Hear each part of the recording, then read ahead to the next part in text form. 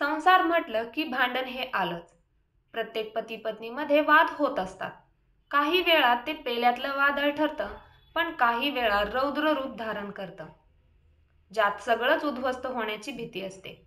अशीच एक घटना सांगलीमध्ये घडलेली आहे, ज्यामध्ये क्षुल्लक कारणावरून पती पत्नीने एकमेकांवर हल्ला केल्याने दोघेही जखमी झाले. साबणाच्या मुद्द्यावरून घरात अक्षरशः महाभारत घडले.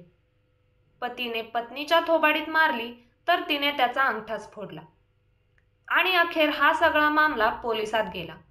पतीच्या फिर्यादीवरून पत्नीसह सासरच्या चौघांविरोधात संजय नगर पोलीस ठाण्यात गुन्हा दाखल झाला आहे. अशोक चौगुले हे हमाली करतात. सांगलीमधील संजय नगर येथे ते पत्नी आणि सासरच्या नातेवाईकांसोबत एकत्र राहतात. घटनेच्या दिवशी म्हणजेच 8 मे रोजी सकाळी अशोक यांच्या पत्नी विद्या आंघोळीसाठी बाथरूममध्ये जात होत्या.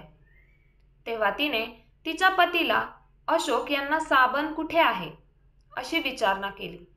तो साबण बाथरूममध्येच असेल, जाऊन बघ असे विशाल यांनी पत्नीला सांगितले. तेव्हा त्यांची पत्नी विद्या भडकली आणि तिने पतीला उद्देशून अपशब्द वापरले. तुम्ही मला साबण आणून देऊन दमताय का अशी खोचक सवालही तिने विचारला. त्यावरून पती पत्नीत वाद झाला. अशोकने विद्याला शिवी दिली तर विद्याने अशोकच्या हाताच्या अंगठ्यावर पकडने वार केले.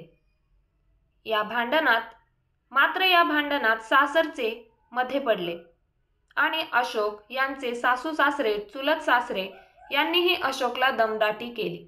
मुलीला त्रास देतोस, तुला सोडतच नाही असेही धमकावले. त्यानंतर अशोक यांनी पोलीस स्टेशन गाठलं आणि फिर्याद दिली. त्यानंतर पोलिसांनी अशोक यांची पत्नी आणि सासरच्या लोकांविरुद्ध गुन्हा दाखल केला. त्या प्रकरणी अधिक तपास सुरू आहे.